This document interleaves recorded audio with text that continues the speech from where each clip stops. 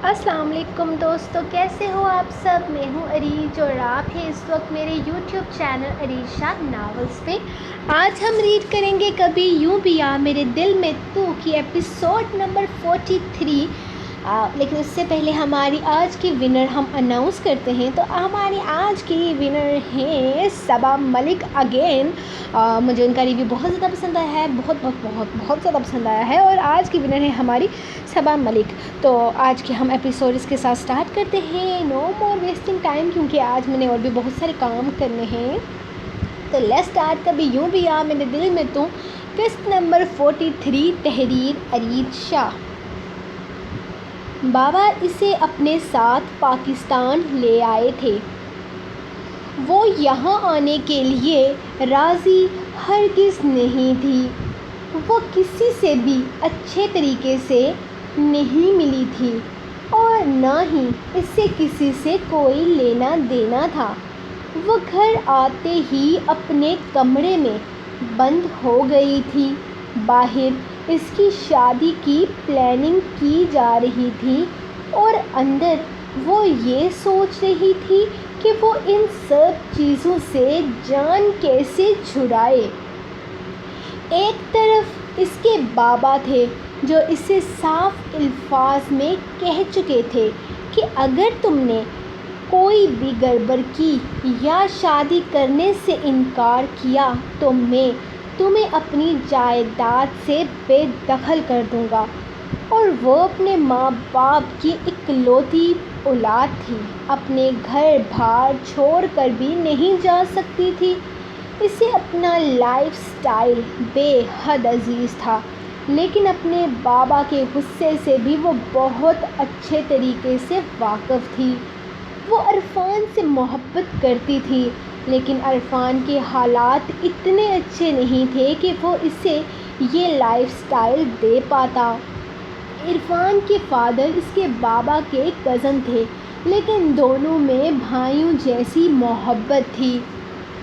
وہ عرفان کے فادر کو تایا ابو کہہ کر بلاتی تھی، لیکن اسے ہرگز اندازہ نہ تھا کہ پاکستان میں بھی اس کے ایک عدد تایا ابو موجود ہیں، جن کی 4 اولادیں ہیں، 3 بیٹے اور 1 بیٹی۔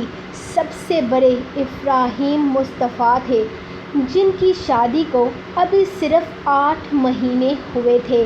اس کے بعد ابراہیم مصطفیٰ اس کا منگیتر، جس کے ساتھ اس کی شادی ہونے جا رہی تھی۔ اس کے بعد فہیم مصطفیٰ، جو ابھی اسٹوڈنٹ تھا، اور سب سے چھوٹی ان کی لاڈلی بہن زینب مصطفیٰ۔ ان لوگوں کا گھر اچھا خاصا بھرا ہوا تھا۔ ایک تو محلے سے اتنے لوگ ان کے گھر آتے جاتے تھے کہ حد نہیں۔ وہ ایک ہی دن میں یہاں آ کر بری طرح سے پچھتا رہی تھی، اور اس کے والد اسے ساری زندگی کے لیے یہاں چھوڑ دینا چاہتے تھے، ان گواروں کے بیچ میں۔ وہ اس کے قریب سے اٹھ کر جانے لگی جب اچانک وارق نے اس کا ہاتھ تھام کر اسے اپنی طرف کھینچ لیا۔ کیا مسئلہ ہے تمہارے ساتھ؟ جان کیوں نہیں چھوڑ رہے ہو میری؟ وہ انتہائی غصے سے اس پر چڑھ دوڑی تھی۔ جان تو اب تمہاری ساری زندگی کے لیے مجھ سے نہیں چھوٹنے والی جانم، لیکن فی الحال میں اپنا موڈ تمہارے ساتھ بحث کر کے خراب نہیں کرنا چاہتا، کیونکہ تمہاری شکل سے لگ رہا ہے کہ تم اپنے کل رات والے فیصلے سے زیادہ خوش نہیں ہو۔ ویسے اتنا بھی تنگ نہیں کیا تھا میں نے تمہیں کل رات کہ تم اپنا منہ ہی سیدھا نہ کرو۔ خیر کوئی بات نہیں، سمجھ سکتا ہوں، نئی نویلی بیویوں کے تھوڑے بہت نخرے بھی تو ہوتے ہیں، تمہارا حق بنتا ہے، دکھاؤ نخرے، مجھے کوئی اعتراض نہیں۔ چلو تم نخرے بعد میں دکھانا، پہلے ذرا یہاں آؤ۔ میں نے اپنا حق وصول لیا تو تمہارا بھی حق تو تمہیں دینا پڑے گا نا۔ وہ اس کا ہاتھ تھامے ہوئے بڑی مشکل سے ہاتھ بڑھا کر سائیڈ دراز سے کچھ نکال رہا تھا اور پھر ایک ویلویٹ کی سرخ رنگ کی ڈبی نکال کر سامنے کی۔ اس کا ہاتھ یوں ہی تھامے ہوئے اس نے ایک ہاتھ سے اس ڈبے کو کھول کر اس میں سے ایک انتہائی نفیس بریسلٹ نکالا تھا۔ اصولوں کا بڑا پکا ہوں، اگر کچھ لیتا ہوں تو اس کا حق لازمی ادا کرتا ہوں۔ اس کے ہاتھ میں وہ خوبصورت بریسلٹ پہناتے ہوئے وارق دلکشی سے مسکراہٹ کے ساتھ بولا تھا اور ساتھ ہی اپنے لب اس کے نازک ہاتھ پر رکھتے ہوئے اسے کانپنے پر مجبور کر دیا تھا۔ اس نے اگلے ہی لمحے اپنا ہاتھ اس سے چھڑا لیا تھا، لیکن افسوس کہ اس کی پکڑ بہت سخت تھی۔ نکاح بہت دھوم دھام سے ہوا تھا، پورے گاؤں کے لوگ انوائٹ تھے۔ وہ بہت بیزار سی بیٹھی ہوئی تھی کہ اسے آج ہی پتہ چلا تھا کہ شادی کے فوراً بعد اس کے ماں باپ یہاں سے واپس نیو یارک چلے جائیں گے، اسے ان ان پر گوار لوگوں کے پاس چھوڑ کر۔ کل رات عرفان کا فون آیا تھا۔ اس نے بڑی مشکل سے ٹیلی فون پر سب لوگوں کے بیچ میں اس کی بات سنی تھی۔ عرفان اس سے کہہ رہا تھا کہ وہ کچھ بھی کر لے گا لیکن وہ شادی سے انکار کر دے۔ اسے نہیں چاہیے کوئی بھی دولت، کوئی بھی جائیداد، وہ ان سب چیزوں کے بغیر رہے گا، لیکن وہ ایسا نہیں کر پائی تھی کیونکہ وہ عرفان سے محبت ضرور کرتی تھی لیکن محبت میں اندھی نہیں ہوئی تھی۔ وہ جانتی تھی نیو یارک جیسے ملک میں بنا پیسے کے گزارا کرنا ناممکن تھا، اور عرفان کے پاس تھا ہی کیا۔ اگر وہ اس سے شادی کی ضد کرتا تو اس کے گھر والے اسے گھر سے نکال دیتے تو وہ دونوں کہاں رہتے؟ سڑکوں پر؟ عرفان کے ساتھ اس کا کوئی فیوچر نہیں ہے، اس کی زندگی برباد ہو جائے گی۔ اسی لیے اپنے دل میں عرفان کی محبت کو دبا کر اس نے اپنے باپ کی جائیداد کو چننے کا فیصلہ کر لیا تھا، اور آج وہ ابراہیم مصطفیٰ کے نکاح میں شامل ہو چکی تھی۔ وہ حیرانگی سے اس بریسلٹ کو دیکھ رہی تھی جو یقیناً اس نے پہلے سے ہی بنوا کر رکھا ہوا تھا۔ مطلب صاف تھا کہ یہ صدف کے لیے تھا، اس کے لیے نہیں۔ ہاں بالکل، اس کی ہونے والی دلہن تو صدف تھی، تو یقیناً یہ کرم نوازی بھی اسی کے لیے ہی تھی۔ فی الحال تو وہ صرف وقتی جذبات کے آگے مجبور ہو کر یہ رشتہ نبھانے کے لیے اس کے قریب آ رہا تھا۔ یقیناً یہ تم نے صدف کے لیے بنایا ہوگا تو اسی کو دو۔ میں کسی کی چیزوں پر نہ تو اپنا حق سمجھتی ہوں اور نہ ہی قبضہ کرتی ہوں۔ وہ اپنے ہاتھ سے اس کا بریسلٹ اتارنے لگی تھی لیکن وارق کی سخت گرفت کے ساتھ اس کے سخت نگاہوں نے اسے یہ کام کرنے سے روک دیا تھا۔ حد میں رہو لڑکی، اگر میں نے تمہیں بیوی ہونے کا حق دیا ہے تو اس کا یہ مطلب نہیں کہ تم مجھ پر یا میری ذات پر کیچڑ اچھالو گی۔ میں یہ حق کسی کو نہیں دیتا۔ خبردار، جو اگلی دفعہ میرے کردار پر انگلی اٹھائی، ہاتھ کندھے سے الگ کر دوں گا، یاد رکھنا۔ وہ انتہائی غصے سے بولا تھا جبکہ اس کے ہاتھ پر اپنے بریسلٹ کو اس نے کافی سختی سے باندھا تھا۔ تاکہ وہ اسے آسانی سے کھول نہ سکے، اور ساتھ اس نے اپنے دانتوں کی مدد سے اس کا ہک کافی ٹائٹ کر دیا تھا۔ صدف کے ساتھ میرا کوئی تعلق نہیں ہے، تم یقین کرو یا نہ کرو، تمہارے ایک بار کہنے پر میں نے تمہارا یقین کیا ہے، تو میرے ایک بار کہنے پر تمہیں مجھ پر یقین کرنا چاہیے۔ اماں کی مرضی تھی صدف کے ساتھ میری شادی میں، کیونکہ وہ اپنی بھانجی کو اس گھر میں لانا چاہتی تھی، لیکن وہ میری پسند کبھی بھی نہیں تھی۔ خیر، بہت ہو گئی باتیں، اٹھو جلدی سے فریش ہو جاؤ، پھر ناشتہ کرنے چلتے ہیں۔ اور ہاں، آج وہ ریڈ کلر کی ڈریس پہننا تم پر سوٹ کرے گی، بلکہ ایسا کرو تم پہن کر آؤ، میں خود ہی دیکھ لوں گا کہ تم پر سوٹ کرتی ہے یا نہیں۔ وہ پرسکون سا اٹھ کر بیٹھتے ہوئے مسکرا کر بولا۔ اس کا انداز ایسا تھا جیسے ان دونوں کے مابین تھوڑی دیر پہلے کوئی تلخ کلامی ہوئی ہی نہیں۔ کیا لگتا ہے تمہیں میرے ماتھے پر بے وقوف لکھا ہے؟ کل رات تم نے میرے قریب آ کر صرف میرا فائدہ اٹھایا ہے، اور یہ مت سوچنا کہ تم نے کہہ دیا کہ صدف کے ساتھ تمہارا کوئی تعلق نہیں ہے تو میں نے مان لیا۔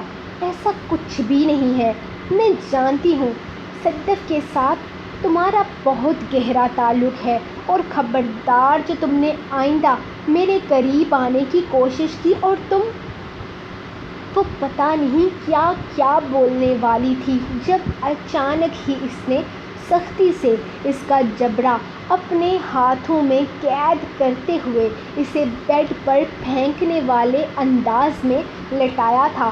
آج کے بعد اگر میں نے تمہارے منہ سے یہ لفظ تم سنا تو میں بھول جاؤں گا کہ تم میری نئی نویلی بیوی ہو۔ تمہیں مجھ پر یقین نہیں کرنا؟ مت کرو، جب میرے 4-5 بچے پیدا کر لو گی خود ہی یقین آ جائے گا کہ میں تمہارے ساتھ کتنا مخلص ہوں۔ لیکن آج کے بعد تمہاری یہ بے ادبی برداشت نہیں کروں گا۔ نفرت ہے مجھے بد لحاظی اور بدتمیزی سے، اور میں اپنی بیوی کو نہ بد لحاظ برداشت کروں گا اور نہ ہی بدتمیز۔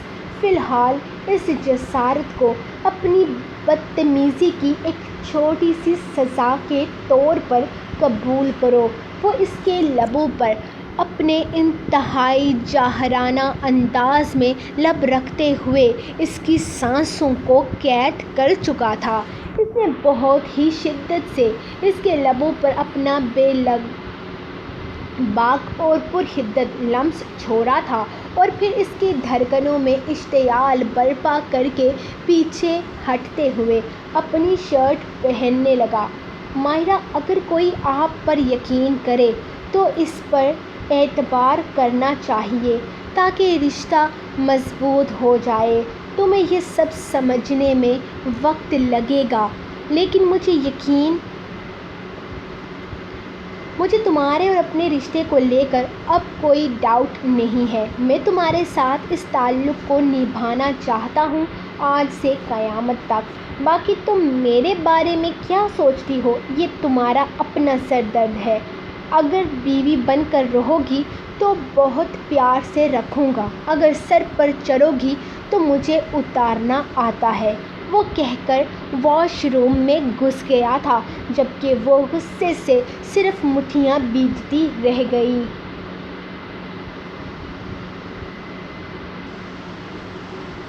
کتنی آسانی سے اس شخص نے اپنے مطلب کو اس تعلق کو نبھانے کا نام دے دیا تھا۔ وہ اسے پاگل سمجھتا تھا، یا اسے صدف کی آنکھوں میں اس کے لیے محبت نظر نہیں آتی تھی؟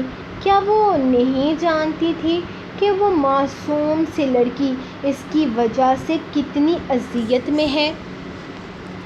مرد تو ہوتے ہی بے وفا ہیں، ایک لڑکی کو چھوڑ کر دوسری کے ساتھ آسانی سے زندگی گزار لیتے ہیں، لیکن ایک عورت کبھی آگے نہیں بڑھ پاتی۔ کل رات وہ اپنے ماں باپ کو یاد کرنے کی وجہ سے بہت دکھی تھی۔ اس کی شادی ہوئی تھی اور اس کا کوئی بھی رشتہ اس کے پاس نہیں تھا۔ نکاح کے وقت اس کے دل میں کوئی جذبات نہ تھے، لیکن کل ولیمے پر اماں، احمد اور چھوٹو نے جس طرح اسے اپنوں کا احساس دلایا تھا، اسے اپنے ماں باپ ٹوٹ کر یاد آئے تھے، اور اس کی اس جذباتی کیفیت کا وارق نے فائدہ اٹھا کر اس سے یہ رشتہ بنا لیا تھا جو اس کے ساتھ کبھی نہیں بنانا چاہتی تھی۔ اور اب وہ کتنی آسانی سے اس پر یہ ظاہر کر گیا تھا کہ وہ اس کی ملکیت ہے جس پر وہ ہر طرح کا حق رکھتا ہے، لیکن اس نے بھی سوچ لیا تھا کہ وہ صدف کے ساتھ کوئی زیادتی نہیں ہونے دے گی اور نہ ہی اپنے ساتھ۔ کل رات اس کے قریب آنے پر اس نے کوئی اعتراض نہیں کیا تھا، یہ اس کی غلطی تھی، لیکن صدف کے ساتھ ظلم ہوا تھا، اس کے ساتھ زیادتی کی گئی تھی، اس کو محبت کا جھانسا دے کر اس مقام تک پہنچایا گیا ہے، اور اب جب ساتھ نبھانے کی باری آئی تو وہ راستہ بدل گیا، اور وہ خود کون سا اسے اچھا سمجھتا تھا۔ اس کا بھی تو تاشفین کے ساتھ افیئر چل رہا تھا اس کے مطابق، تو پھر وہ اتنا جلدی ہر چیز کو بھلا کر آگے کیسے بڑھ سکتا تھا؟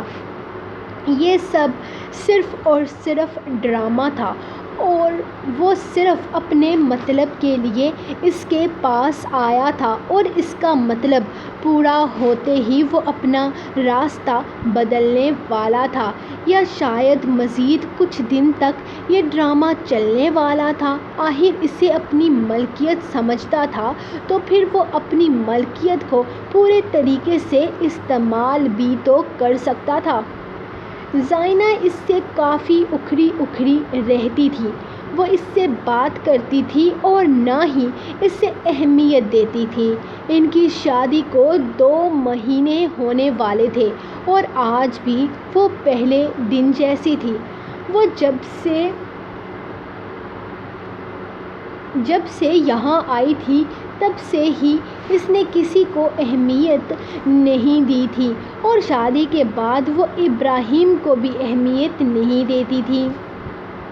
جہاں بڑے بھائی ابراہیم اور سعدیہ کے گھر جلدی سے جلدی ننھا مہمان آنے والا تھا، وہیں زائنہ نے ہر کسی سے تعلق ہی ختم کر رکھا تھا۔ زائنہ نے اب تک صرف اس سے 2 بار ہی کھل کر بات کی تھی، اور دونوں میں ایک ہی ضد تھی کہ ہم نیو یارک چلیں گے، وہیں پر جا کر رہتے ہیں، بابا کا بزنس سنبھالیں گے، ان کے ساتھ رہیں گے، یہاں پاکستان میں کوئی فیوچر نہیں ہے۔ اس نے صاف کہہ دیا تھا کہ وہ پاکستان میں نہیں رہنا چاہتی، لیکن ابراہیم کی سوچ الگ تھی۔ وہ اپنے گھر والوں کو چھوڑ کر کہیں نہیں جا سکتا تھا، خاص کر وہ اپنے بھائیوں کے بنا تو رہ ہی نہیں سکتا تھا۔ اس کی چھوٹی لاڈلی بہن تھی، اسے اپنے گھر والوں سے انتہا کی محبت تھی، ان کے بنا وہ کہیں جانے کا سوچ بھی نہیں سکتا تھا۔ بس اسی بات پر زائنہ کا موڈ خراب ہو جاتا تو وہ ہفتہ ہفتہ اس سے بات ہی نہیں کرتی تھی۔ ابراہیم ابھی تک تو ان سب چیزوں کو نارمل لے رہا تھا، یہ سوچ کر کہ وہ اپنے گھر والوں کو مس کرتی ہے، لیکن اس کا رویہ 2 ماہ تک بدل ہی نہیں رہا تھا۔ وہ ایک ہی بات بار بار کیے جا رہی تھی کہ اسے یہاں نہیں رہنا بلکہ نیو یارک جانا ہے، اور اب آہستہ آہستہ وہ اس کی نیو یارک کی گردان سے تنگ آ چکا تھا۔ یہی وجہ تھی کہ اکثر کمرے سے ان کی تیز آوازیں سنائی دیتی تھیں، جس پر اس کے ماں باپ اور گھر والے پریشان ہو جاتے تھے۔ وہ اسے اپنے ساتھ باہر لے کر آیا تو سب ناشتے کی ٹیبل پر بیٹھے ان کا انتظار کر رہے تھے۔ ابھی تک کسی نے بھی ناشتہ شروع نہیں کیا تھا۔ صدف، تم اٹھو یہاں سے، مائرہ بیٹھے گی، اس نے صدف کو مخاطب کرتے ہوئے کہا، جو اس کرسی پر بیٹھی تھی جو اماں نے پہلے ہی دن اسے یہ کہہ کر دی تھی کہ تم اپنے شوہر کے ساتھ بیٹھا کرو۔ اس کے سائڈ کی دوسری چیئر پر وارق بیٹھتا تھا۔ میں کیوں دوں؟ میں تو ہمیشہ اسی چیئر پر بیٹھ کر ناشتہ اور ڈنر کرتی ہوں۔ کیا ہو گیا ہے وارق؟ شاید آپ بھول گئے ہیں، یہ تو میری ہی کرسی ہے نا؟ وہ اس کی طرف دیکھتے ہوئے بولی تو آنکھوں میں کل جیسی ویرانگی دیکھ کر مائرہ نہ جانے کیوں نگاہیں چرا گئی تھی۔ پہلے کی بات اور تھی صدف، اب کی بات اور ہے۔ اب اس کرسی پر وارق کی بیوی بیٹھا کرے گی نا؟ دونوں ایک ساتھ بیٹھے ہیں، پیارے لگتے ہیں۔ اماں نے جیسے اسے سمجھانا چاہا تھا۔ معاف کرنا آپا، بچی ہے نا، ابھی تک پرانی باتوں کو دل پر لگا کر بیٹھی ہے۔ میں پہلے دن اسے اس کرسی پر بٹھایا تھا، شاید اسی لیے غلط فہمی کا شکار ہو گئی۔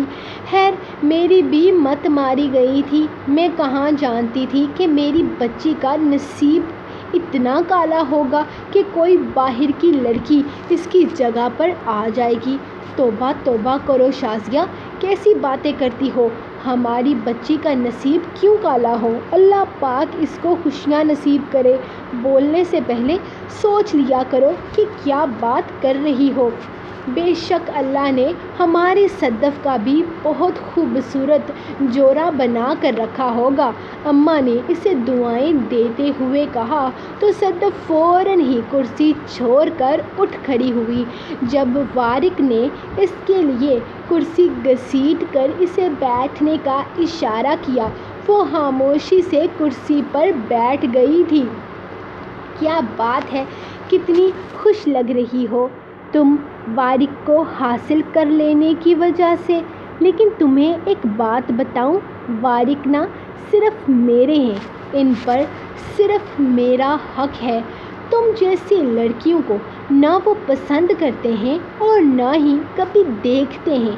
میں جانتی ہوں تم نے ہی کوئی گل کھلایا ہوگا کہ وہ تم سے شادی کرنے پر مجبور ہو گئے۔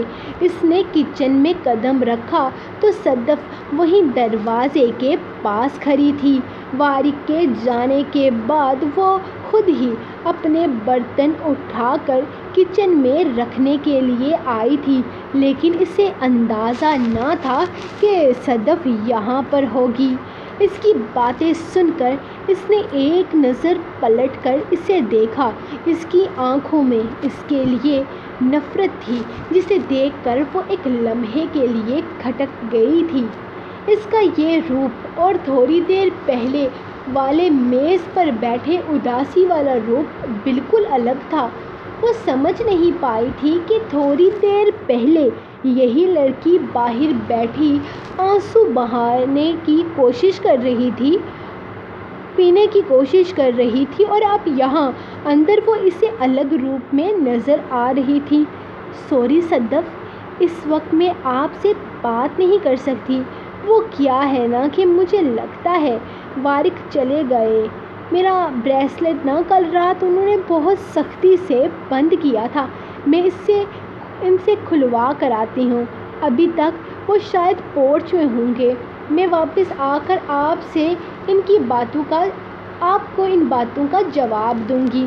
پھر آپ مجھے بتائیے گا کہ وارق کو کس طرح کی لڑکیاں پسند ہیں اور مجھے ان کی پسند میں کیسے ڈلنا ہوگا۔ آپ تو ان کی کزن ہیں، ان کے بارے میں سب کچھ جانتی ہیں، مجھے ان کی پسند ناپسند کے بارے میں بتائیے گا۔ میں آتی ہوں۔ وہ کیا ہے نا، انہوں نے مجھے جانے سے پہلے اشارہ کیا تھا، بعد میں ناراض ہو جائیں گے۔ اس نے آنکھ مارتے ہوئے باہر نکلنا چاہا تھا، جبکہ صدف تو اس کے انداز پر حیران رہ گئی تھی۔